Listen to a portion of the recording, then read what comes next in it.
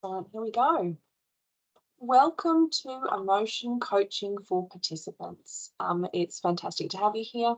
Apologies that this is not able to be in person, but given we've got such breadth and depth of amazing CPD that's presented, I hope that having this in video form allows you to dip into quite a few things that you're interested in. All right, so before we get going, just our quick acknowledgement. In the spirit of reconciliation, I would like to acknowledge the traditional custodians of country throughout Australia and their connections to land, sea, and community. I'd like to pay my respect to their elders, past and present, and extend that respect to all Aboriginal and Torres Strait Islander peoples here today. I'd also like to acknowledge the individual and the collective expertise of those with a living or a lived experience of disability and note that we can only provide quality care through valuing, respecting, and drawing from this expert knowledge. As with all of our CPDs, this is just a quick reminder that this is an interactive session. This involves you being in front of the screen and having the ability to pause at times to complete activities and to be able to see and engage and look at kind of what we're focusing on here. So essentially that means that it is really important to be aware of your safety and your surroundings, and particularly as per Mental Health's Safe Work Practice mobile phone use policy, this is not appropriate to be engaging with or listening to as you're driving. If that is the case, I would recommend that you stop and that you can engage in this when you're settled and in a safe environment to be able to do so. All right, so obviously you guys know me. I'm Dr. Emma Ruddock and I am the Psychology Clinical Lead for AAA. Now today it is my pleasure to be able to present information that is the really huge combination of some very significant, amazing work from Lisette Gus and from her Emotion Coaching UK team. So today I'm going to present a small taster of this work, but given the amazing work that she has done, and given that this is a direct reference to her, I felt it was acknowledged to A, show she's fantastic, and B, to really highlight where today's information is coming from. All right, let's get into it. What is emotion coaching? I can hear you all psychically think. So essentially, emotion coaching is a framework to assist an understanding of the emotional experience, inclusive of why emotions occur and how to handle them. It's a framework. It's a framework about emotions to help people understand and respond. It really highlights that difficult emotions are normal, which is so important. And it teaches people about the world of emotions, but while you're in that moment, using these moments of difficult behavior as teaching moments. Now, I'm sure for many of you, you're kind of going, what? Huh? Because this is actually quite different from other emotional literacy and regulation frameworks that talk about having later conversations about emotions when a person is calm. And so this essentially is a framework that flips it on its head and looks at it from a different perspective. Emotion coaching, it uses trusting and respectful relationships to be the vehicle for providing strategies to deal with emotional ups and downs. So you imagine that emotion coaching is this framework, but essentially what is driving and facilitating that is a really trusting, respectful relationship. And so in doing so, it really moves away from responses to big emotions and big behaviours that might be accidentally or deliberately dismissing. So things like, oh, it's no big deal, or oh, it is what it is. Or responses that may be disapproving, for example, toughen up, or you should know better than this, or you're better than this. Or that laissez-faire response of, oh, it's okay, poor thing, it'll be all right. And so it relies on using really high levels of empathy and guidance through that trusting, supportive, safe relationship. And by using relational conversations with consistency, so doing it often and often, and we're looking essentially at improving somebody's internal regulation ability. And that happens over time. What is really exciting to me about this is that emotion coaching is not just evidence informed, it is evidence based. There is a huge evidence base that's quite strong when applied to children and young people already, and I invite you to go and have a look at that research. It highlights that with successful application, we can see that behavioural and academic problems for people who struggle with big behaviours and big emotions have reduced. Emotional resilience and stability has increased, and attention and impulse control has improved. And essentially, all that relates to is vagal tone. Vagal tone being the ability that you can kind of bounce back from emotional challenges or periods of feeling not regulated. And so essentially what we're saying here is that vagal tone improves, and that has some really big impacts for people. Now, although its strongest evidence base is when it's applied with children and young people, it may also have utility in use with populations who are developmentally young as opposed to chronologically young. So think about our cohorts that have been stuck or are arrested at a particular developmental age, or those who require a really concerted, thoughtful, attachment-focused framework. Essentially, adults in the NDIS participant section, our participants might actually really benefit from this. Quick word on emotion coaching is not, because I think that's going to be really important for us to all have a very good, clear understanding of what we're talking about before we move forward. Emotion coaching is not a quick fix. It's not a substitute for intervention, and it's not a therapy. Remember, it's a framework. It's a way of thinking about things.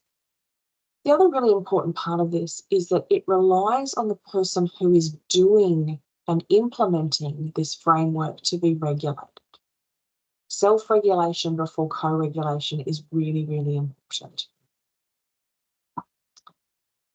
Okay, before we kick off, let's have a little bit of a reflection activity. So I want you to think about a time where you were experiencing a strong emotion and might have done or said something that you later regretted. Happens to all of us, very, very common.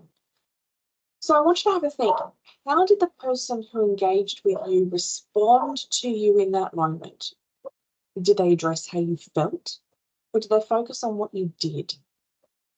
Did their response help? Or what would have helped at the time, or what would have helped more at the time? So I encourage you to press pause and just think on that for a second and really kind of put yourself in that mindset. All right, let's have a chat about how to use emotion coaching now that we're all on the same page and we kind of understand what we're talking about when we use that term. Emotion coaching is built around a 4-step framework. Super simple. Firstly, recognize the feelings and empathize with them. Validate the feeling and label them. Set limits on the behavior if you need to, and then problem solve the issue. So essentially, at most, it's 4 steps. Oftentimes, it might just be 3, and you might not need that 3rd step. All right, let's unpack those steps so you can really marinate on what we're saying here. So the first step of emotion coaching is to really genuinely empathize with the person from their point of view, and that's really, really important. So this is where emotions are really normalized as natural and normal and not always a matter of choice. Remembering that emotions are innate and they're not good or bad, they just are. And so the clinician in this step is really looking for verbal and non-verbal cues to the emotion being felt, and then using that idea of being mind-mindedness to take on that other person's perspective. And so really we are trying to put ourselves in that situation and put ourselves in their shoes so we can really understand what's going on from their perspective. So understanding is great, but empathy is understanding plus communicating it. So pro tip for those of you who have heard me speak on this before, or you are quite familiar with attachment-based frameworks, this is also Kim Golding's idea of connection before correction. So we're really talking about connecting, empathizing, understanding, getting it, being with somebody. Now, that's not easy for everybody to say, oh yes, I'm going to, be empathic and I'm going to understand and I'm going to connect and be with. Yeah, really easy to say, but it's not really easy for everybody to do. And so if you sitting there listening to this and you're going, I get it, but I don't know how to do it particularly well, or I'm not sure if I do, there is a fantastic little technique called the STAR technique, which can really help you to get that empathy bit. So the STAR technique focuses on stop, think, attune, and reflect.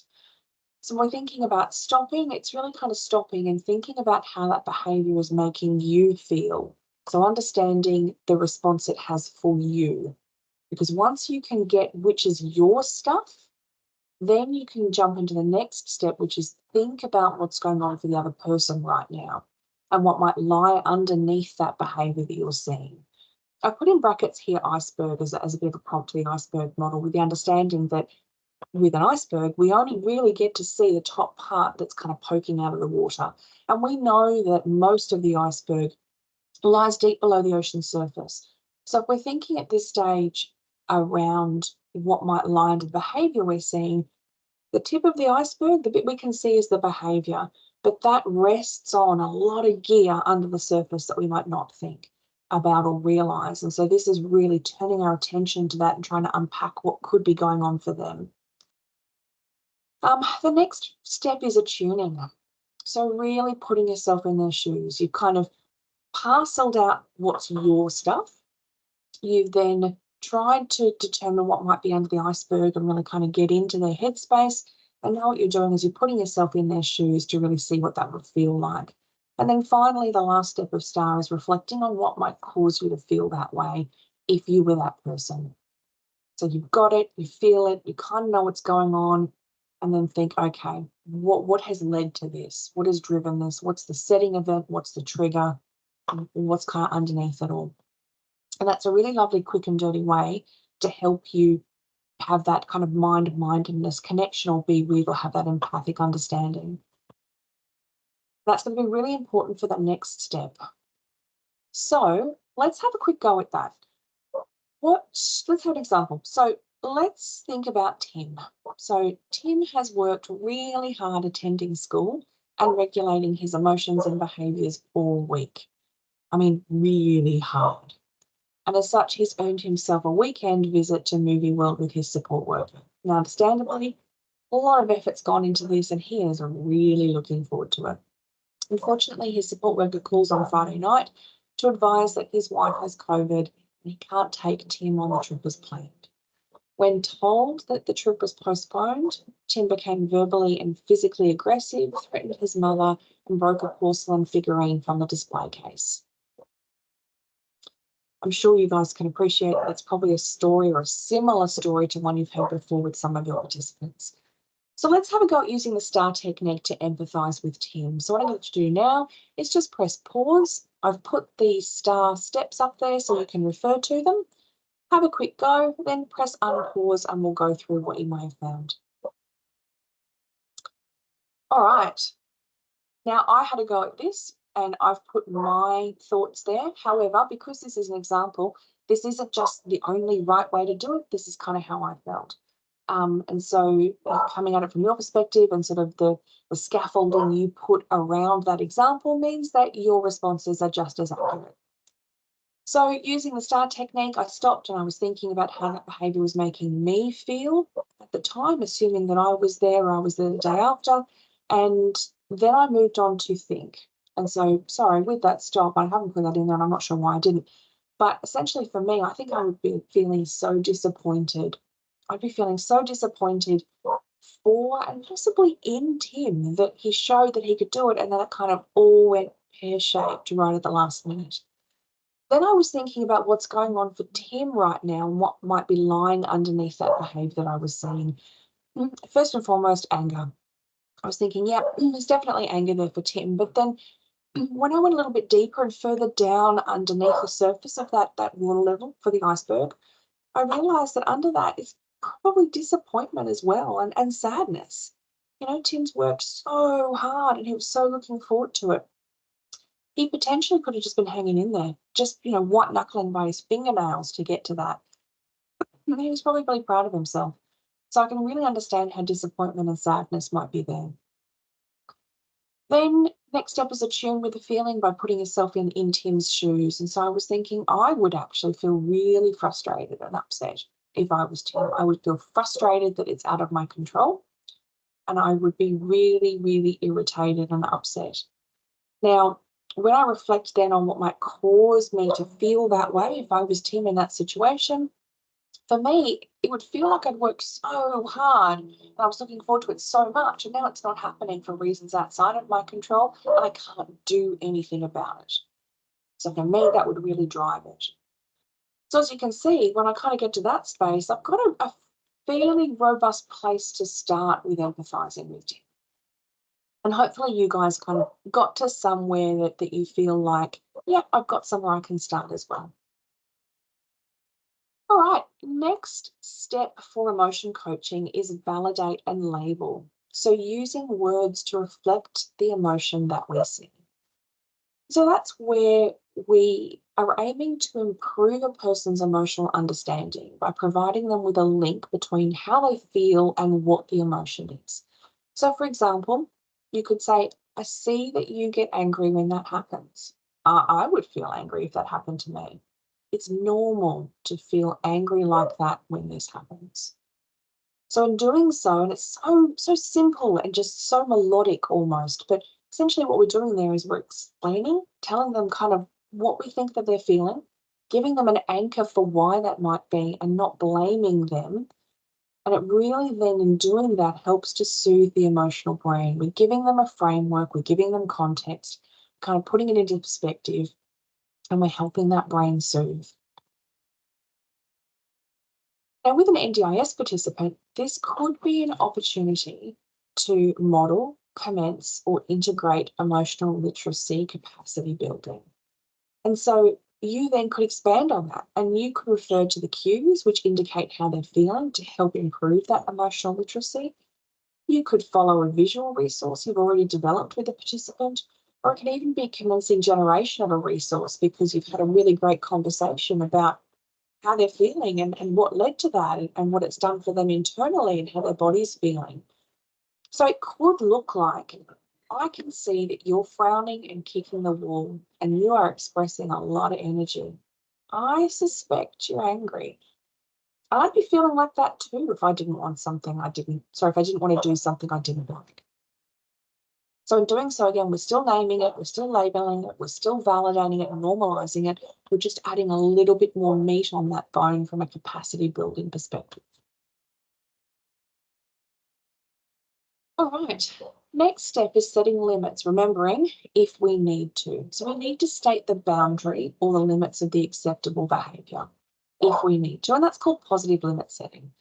So rather than personalising the behaviour that has just been engaged in, we're really focusing here on retaining that person's dignity by making it really clear that certain behaviours can't be accepted or specific expectations for behaviour which are required. So again, the highlight here is that we're not personalising it. We're not leaving any gaps for the person to interpret, I am bad, or this is because there's something wrong with me. We're just simply highlighting that there are boundaries and expectations for behaviour. So that could look like saying, I know you felt that was unfair. You know we have rules on how to share equipment. Or it could be, phones aren't allowed in class and everyone needs to hand them in. I'll keep it safe for you. So we're not ascribing any blame or shame here. We're not kind of waxing lyrical and unpacking on all of the ways that they kind of uh, broached that boundary or ways in which they didn't adhere to that acceptable standard of behaviour. We're just restating it. And that's all that really needs to be done at this point. With an NDIS participant, this step could dovetail really nicely with a few interventions. It could from a social skills support perspective, it could from the social skills or rules that you've discussed in previous sessions, or it could highlight to you a need for ongoing work that you need to kind of mentally penge down to come back to later. It could be an opportunity I guess, to dovetail with emotional regulation. So it can indicate a particular emotion or a set of emotions or unhelpful coping strategies that are being used or areas that still require work. So in having these conversations, again, as the clinician, it's an opportunity for you to note things that you might need to wheel back to later or indicate areas that still need a little bit more implementation. It's also got some application for stakeholder work because this step could be used to provide important information about areas of further support that need to be later discussed with the stakeholder team. Now, these opportunities that I've highlighted here, they shouldn't significantly impact or alter the emotion coaching that you're providing. Most of the things that you identified at this step will be things that you can address later. So we're not saying deviate from the steps and kind of go sideways a little bit with what you find. What we're saying here is that you can identify things that you need to address later or ways in which you can further integrate what you're already doing. Then step 4, set limits if needed. So the final step is to scaffold, explore, and empower the person to problem solve the situation. I think I might have made a mistake. I think I have. Step 4, that shouldn't be set limits if needed. If you guys are playing at home, you realise that that should be facilitate problem solving. I hope you guys picked that up before I did, because that indicates that you are engaged, attuned, and listening.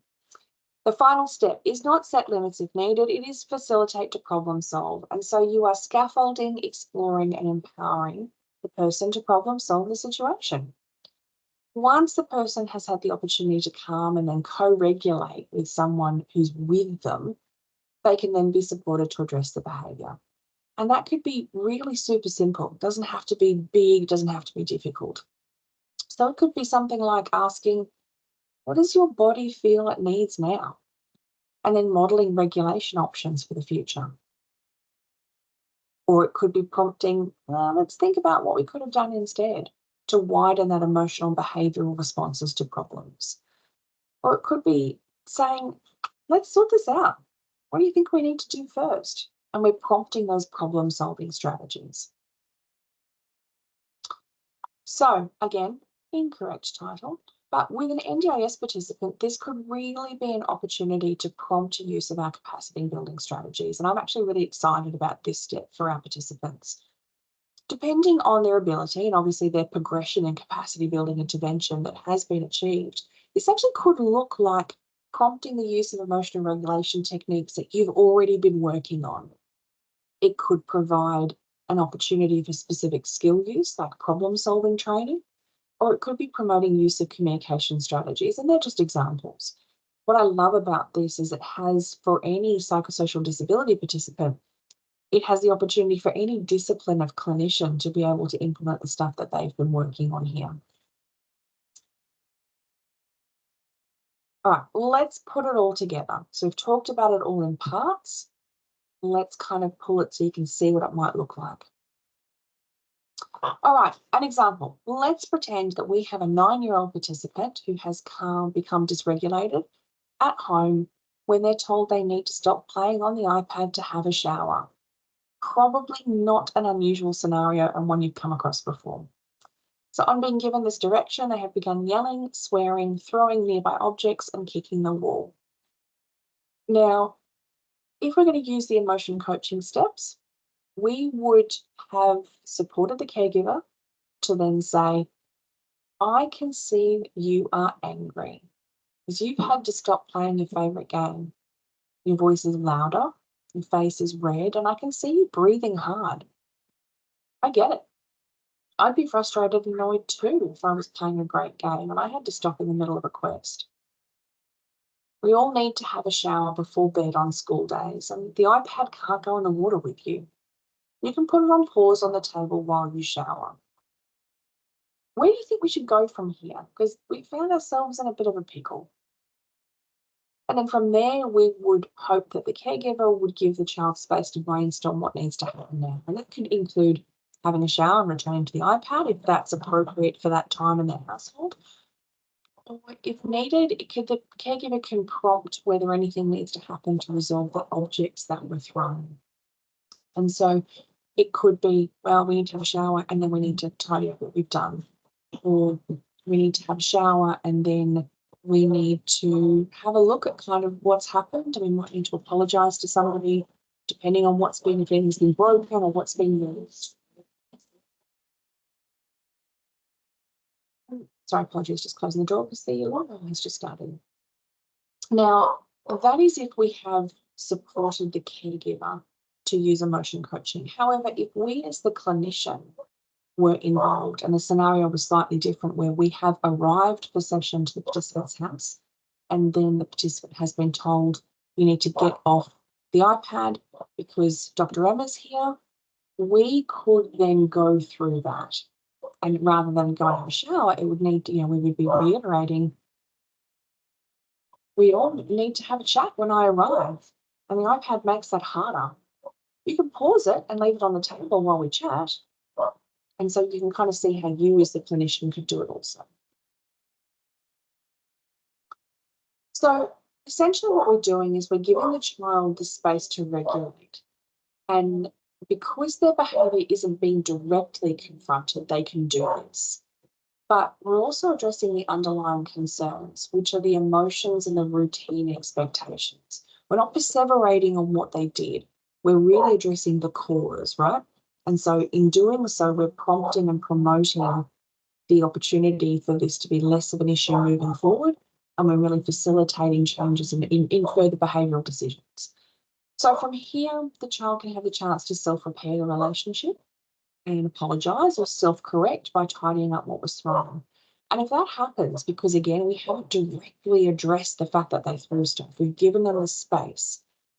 So if they self-repair or they actually apologise or self-correct, the positive emotions and the growth for that child are going to promote more opportunities for integrated learning because the relationship is safe enough for them to grow on their own. There's an amazing amount of neural pathways that would have been facilitated, grown, strengthened, widened in being able to do that stuff in a self-initiated way. And that's the goal here. However, if the child doesn't self-initiate repair or correction, that's okay. They can be gently guided to do that. And they can still achieve that integrated learning and growth because the relationship with the caregiver was safe enough to facilitate them to do it with them. So we're doing a lot of co-stuff here, and that's okay too. We still have the same impact. But this is, I guess, why emotion coaching works so well with repetition. All right, let's have a go. I want you guys to think about a participant, and if you don't have a participant who fits this criteria or is appropriate, then think potentially about a family member who may have benefited from emotional coaching during a recent incident. Knowing then what you know now, what would you have done differently? And if you could redo the incident now in your mind, applying the emotion coaching principles instead, what would that look like? So I want you to press pause and I want you to actually work through the 4 steps of emotion coaching, thinking about that participant family member incident. Have a think about what you would have done differently, and then think about how that would have gone in comparison to how it did go. So press pause now. All right. So, a couple of notes about emotion coaching and what can be challenging about it. What you may find yourself or what you may hear from stakeholders and caregivers when you're looking at applying and integrating this is that the empathy bit doesn't work. Now, use of empathy can be really hard to get right, and that's okay. It takes a lot of practice. A lot of clinicians, when they're implementing emotion coaching for the first time, they say, I tried it, it doesn't work. And that's okay. It could be for a number of reasons, though. It could be because you've confused empathy with agreeing with the behaviour. And when I say that, I mean it could be that you feel like empathising is the same as tolerating or accepting a behaviour that was not okay. And that's not the case. Being empathic is about understanding the situation that led to the behaviour, remembering that the later steps of emotion coaching do actually address the behaviour. You do get to that point. It's just not done directly because it's done in a little bit more of an attachment-focused kind of indirect kind of way. What I also hear clinicians who are trying this the first time say is that, that they can't be empathic. It didn't work. And sometimes that's because they're not as regulated as they needed to be. Now, when people say I can't be empathic, it usually means I'm not able to be empathic. We think about that example before with the iPad. And if we change that example very, very slightly to be that you turned up for your session with the participant and then they had that big moment of behavioral escalation with the kicking and the everything. For you as a clinician, watching this small person be quite physically agitated, and to engage in those behaviours that do have a potential for harm for themselves and those around them, it would be very understandable and appropriate for that to have a response in you as well. Your safety systems will be kicking into gear. Your limbic system would have identified that as a potential threat. And so it might be that you actually are not able to be empathic in that moment because your system's focused on regulating.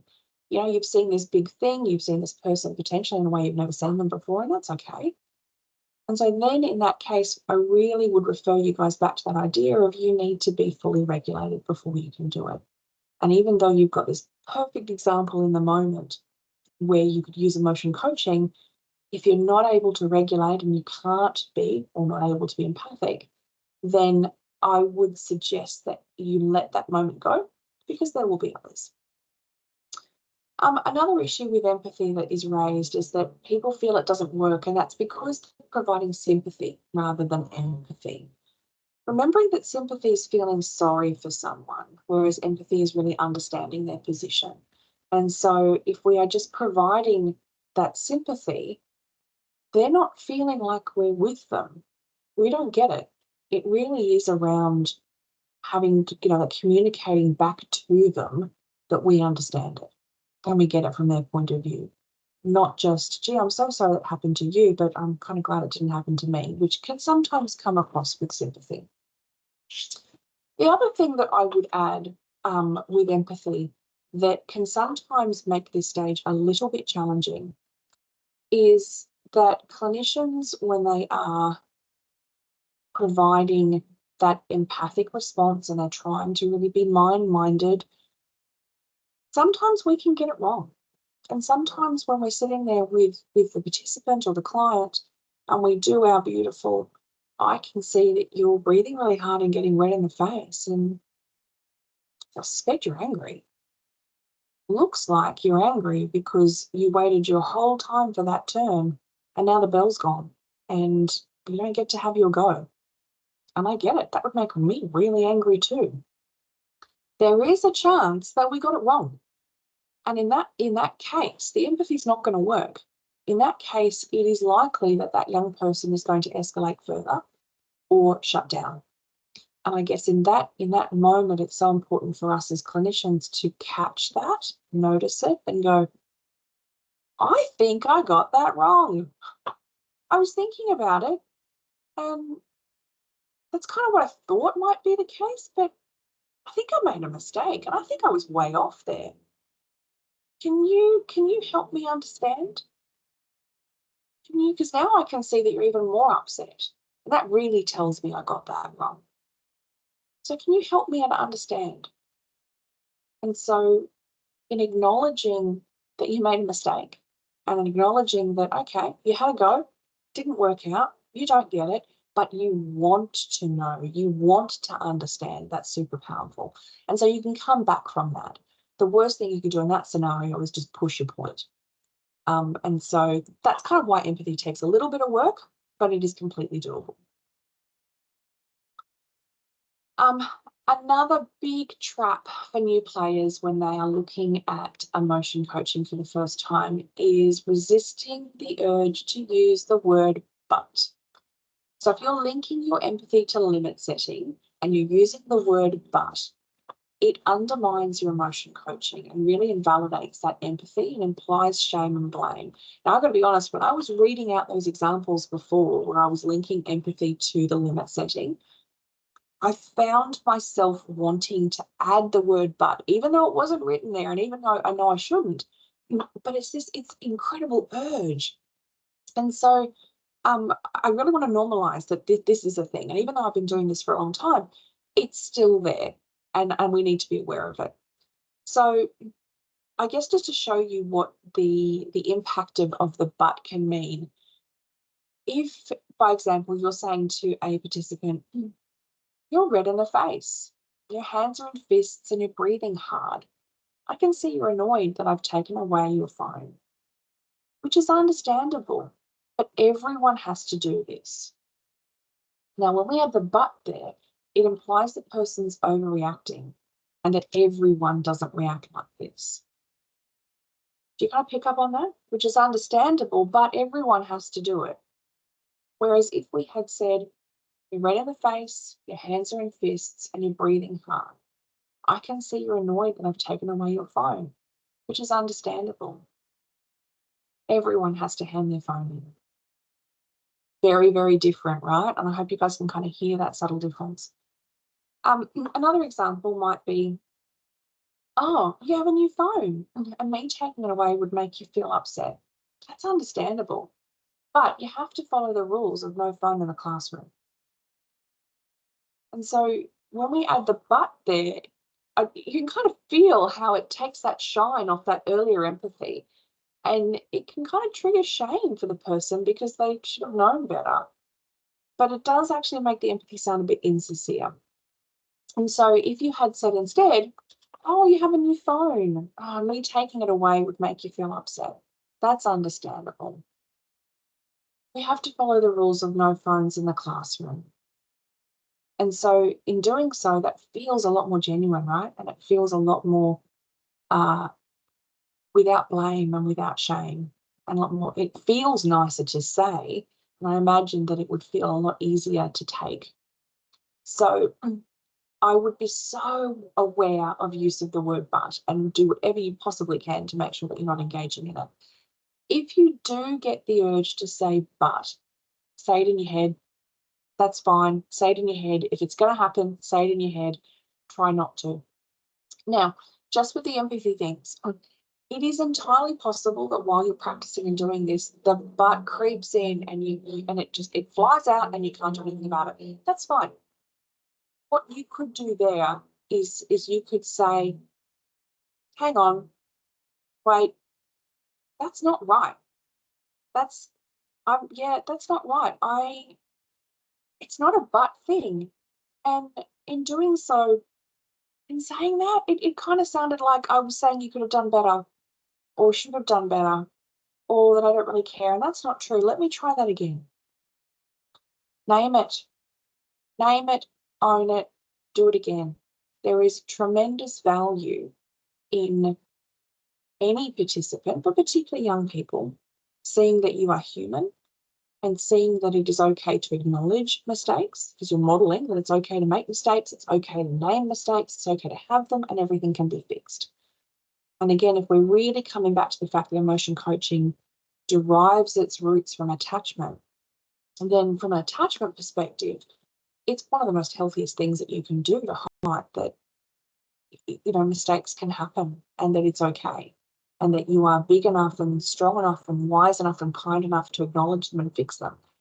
It also implies that their mistakes are okay and that you are bigger, stronger, wiser, and kinder, and you can tolerate and hold their mistakes as well. So if you say it and you don't address it, that's a problem. But if you say it and address it, not an issue.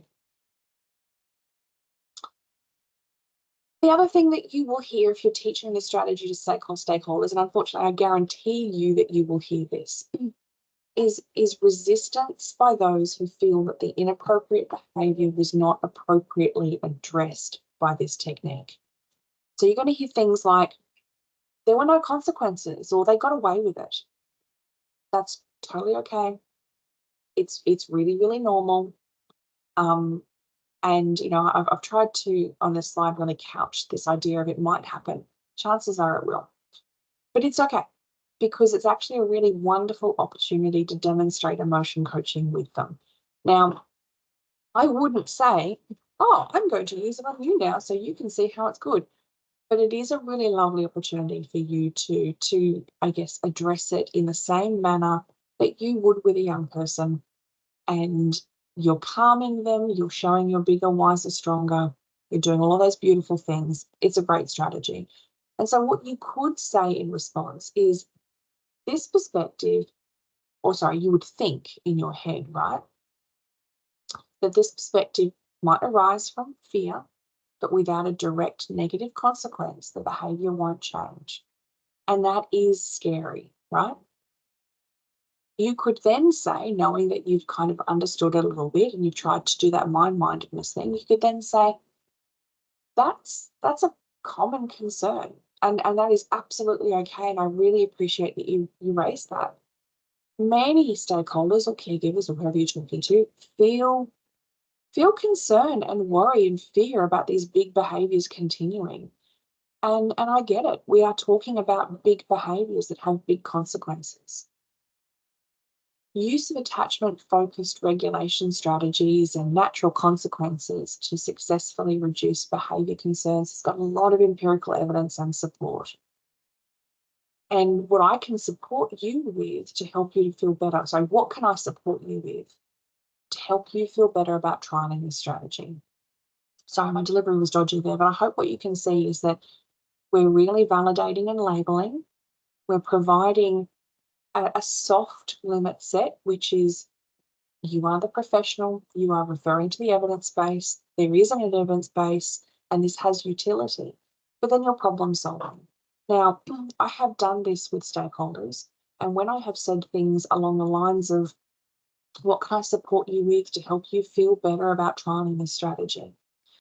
They've said things like, I need to see it done, I need to see it more, or I need a script, or I need to know how to limit set properly. I need to know how it's going to work. And essentially, you can work through that stuff with them, and that's totally fine. In this case, if you are addressing this issue, I would make the job easier for yourself by highlighting the importance of repetition in emotion coaching. It's not, as I said right at the start, it's not a quick fix, and you'll need to let them know. It's not something that you can just wheel out once and it has this wonder pill response. It's something that they have to give a really good go to. It's something they have to do with repetition. It's something they have to be consistent with. Okay. Now, I have given you guys a bit of a taster. There is a ton of information around emotion coaching. I would direct you directly to Lisette and her team at emotioncoachinguk.com if you're interested in more information. They've got a ton of resources.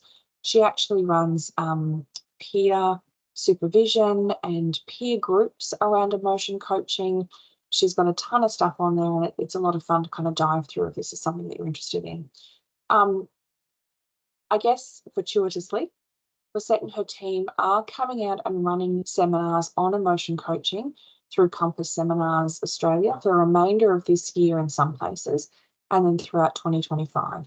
So if this is something that you want to hear her go into in a lot more detail, and trust me, it's a delight, then I would definitely jump onto the Compass webinars, so the Compass Seminars Australia website, and then go through there and see what's coming to your area and what's possible. All right, so we're coming to the end of our CPD for today. As you guys know, feedback is a really vital part of providing you with the knowledge and the resources and support that you need to work confidently and competently. And for the clinical excellence team, it is very, very vital to what we do and to make sure that we're doing the right thing by you guys.